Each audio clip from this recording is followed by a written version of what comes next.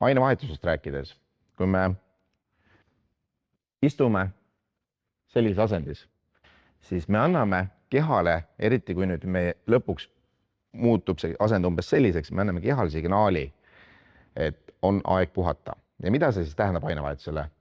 See tähendab seda, et ainevahetus aeglustub ja keha hakkab optimeerima ressursse.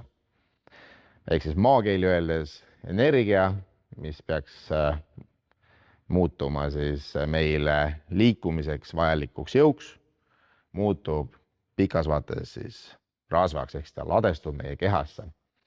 Ja pärast seda ladestunud rasva tagasi saada suhkruks on umbes 7 korda raskem, kui teda kohe kasutada ära. Nüüd, miks see ei juhtu sadultooliga? On see, et sadultoolil on aktiivne istumine ja see aktiivne istumine tähendab seda, et esiteks näiteks see tool kiibub ja me saame sellega liikuda, eks me hoiame keha töös ja see jällegi annab siis ainevahetusele teada, et pole aeg puhata, vaid on aeg tööd teha ja need suhkrud ei ladestu siis rasvaks.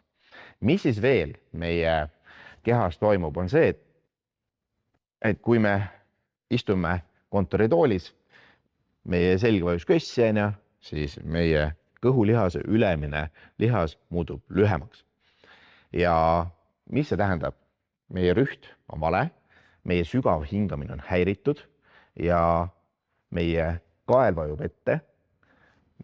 Meie veresooned, mis on kaelas, saavad kinni pitsitatud ja seetõttu jõuab meie aiu olulisel määral vähem hapnikku ja toitaineid.